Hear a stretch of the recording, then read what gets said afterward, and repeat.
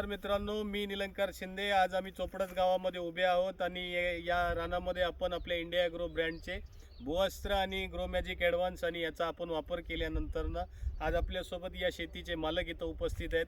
तर थोडीशी त्यांची ओळख करून घेऊया। साहेब, तुमचं थोडंसं नाव सांगा। संतोष पवार, चोपडज. चोपडच कांद्याचं हे क्षेत्र किती असेल? हे 15 पान क्षेत्र आहे. बरं, कसं वापरलं आपण याला? हे लागण केल्यानंतर लहान कांदा होता तो भूअस्त्र पेस्ट करलं होतं.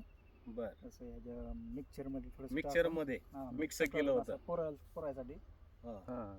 तर मग त्यानंतर असंच रानाला पाणी दिल्यानंतर मग कांद्याची वाढ चांगली व्हायला लागली. बर, बॅग किती वापरले असतील याला? 1.5 बॅग वापरली. 1.5 बॅग वापरली। 15 पांडासाठी आम्ही फक्त 1.5 बॅग वापरलेली आहे। ग्रो मॅजिक त्याच्यामध्ये दिलेलं आहे आणि त्याच्याबरोबर त्याचा स्टिकर दिलेला आहे। अशी एक फवारणी घेतल्यानंतर ना हा कांदा आहे। किती दिवसाचा हा कांदा असेल? लागण कधीची आहे? ही लागण 20 जानेवारीची. 20 जानेवारी म्हणजे आज आपण तारखेला उभे आहेत लगभग 15 तारखेला, म्हणजे येणाऱ्या 5 दिवसानंतर ना 2 महिन्याचा हा कांदा होणार आहे। आणि शेजारच्या प्लॉटमधला 90 दिवसाचा कांदा आहे, 3 महिन्याचा कांदा आहे। त्याच्या लेवल लावून आज हा कांदा पूर्ण होत चाललेला आहे मित्रांनो। तर अशा पद्धतीचे हे सगळे रिझल्ट आहेत। हा पलीकडचा कांदा आहे जो 3 महिने पूर्ण करतोय आता। आणि आज आपला कांदा जर बघितला तर 60 दिवसामध्ये त्याच्या उंचीला पण गेलाय आणि कांद्याची जी भरीवपणा म्हणतो त्या भरीवपणाला पण त्याच पद्धतीला त्याच लेवलला गेलेला आहे। आज एवढा चांगला बदल आज ह्या रानामध्ये आपण काढलेला आहे। तर याचं उत्पन्न किती निघतं याच्यावरती पुन्हा एकदा आपण व्हिडिओ बनवणारच आहे।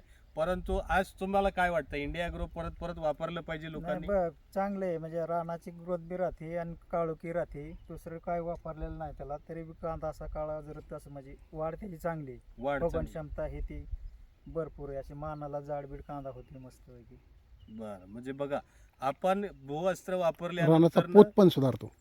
हा भूअस्त्र वापरल्यानंतर ना आज एक शेतकरी जर समाधानी असेल तर तुम्ही हे सांगू शकता बाकीच्यांना की वापरलंच पाहिजे? वापरलंच पाहिजे, कारण फरक जाणवतो ना लगेच दोन्ही पिकामध्ये. फरक जाणवतोय।